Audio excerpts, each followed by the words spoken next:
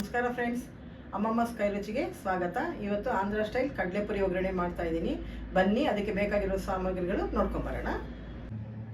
200 gram ಸಪ್ಪೆ ಪುರಿ ತೊಗೊಂಡಿದ್ದೀನಿ, ಸಾಸಿವೆ, 4 ಸ್ಪೂನು ಹುರುಗಡ್ಲೆ ಪುಡಿ, 10 ಹಸಿಮೆಣಸಿನ್ಕಾಯಿ, ಅರ್ಧ ಹೋಳು ನಿಂಬೆಹಣ್ಣು, 4 ಟೇಬಲ್ ಸ್ಪೂನ್ ಒಣಕೊಬ್ಬರಿ ಪುಡಿ, ಸ್ವಲ್ಪ ಉಪ್ಪು, ಜೀರಿಗೆ, ಅರಿಶಿನ ಪುಡಿ, 2 ಈರುಳ್ಳಿನ ಹೆಚ್ಚಿಟ್ಕೊಂಡಿದ್ದೀನಿ, ಸ್ವಲ್ಪ ಕರಿಬೇವು, ಎಣ್ಣೆ.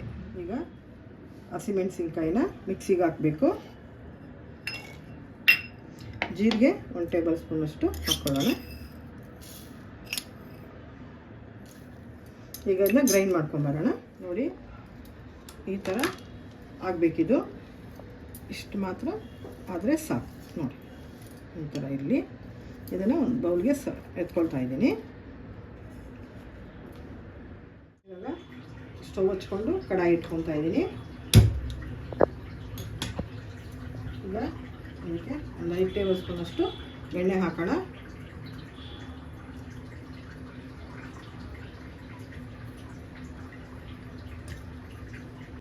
ಎಣ್ಣೆ ಬಿಸಿಯಾಗಿದೆ.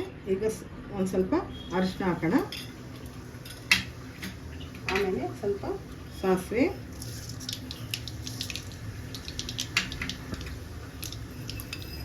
ಜೀರಿಗೆ.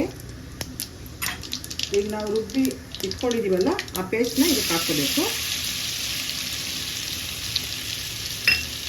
ಸ್ವಲ್ಪ ಬ್ರೌನ್ ಬರುತ್ತೆ, ಆ ಥರ ಹುರ್ಕೊಳ್ಳಿ.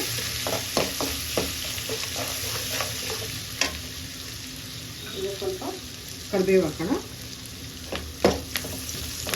ಈ ಥರ ಸ್ವಲ್ಪ ಚಟಪಟ ಅಂದಾಗ ಈಗ ಈರುಳ್ಳಿ ಹಾಕ್ಕೋಬೇಕು.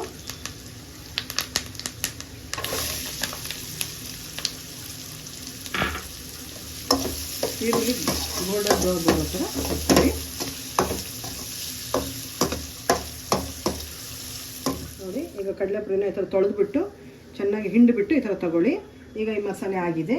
ಈಗ ನಾವು ಕಡಲೆಪುರಿನ ಇದರೊಳಗಡೆಗೆ ಹಾಕೋಣ. ಈಗ ಇದಕ್ಕೆ 4 ಟೇಬಲ್ ಸ್ಪೂನು ಹುರುಗಡ್ಲೆ ಪುಡಿ,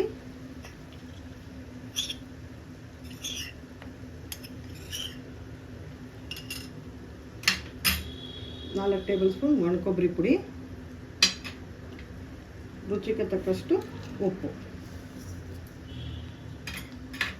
ಈಗ ಇದನ್ನು ಮಿಕ್ಸ್ ಮಾಡ್ಕೊಳ್ಳಿ.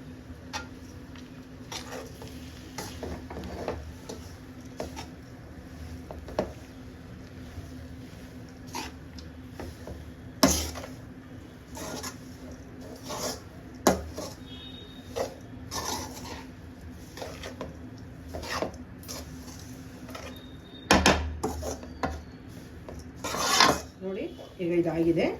ಇದಕ್ಕೆ ಸ್ವಲ್ಪ ಈಗ ನಾವು ನಿಂಬೆಹಣ್ಣು ಇಟ್ಕೊಂಡಿದ್ದೀವಲ್ಲ, ಈಗ ಸ್ವಲ್ಪ ನಿಂಬೆಹಣ್ಣು ಹಾಕೋಣ.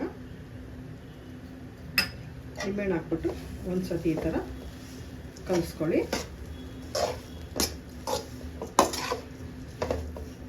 ಈಗ ಸ್ಟವ್ ಆಫ್ ಮಾಡ್ತಾ ಇದ್ದೀನಿ.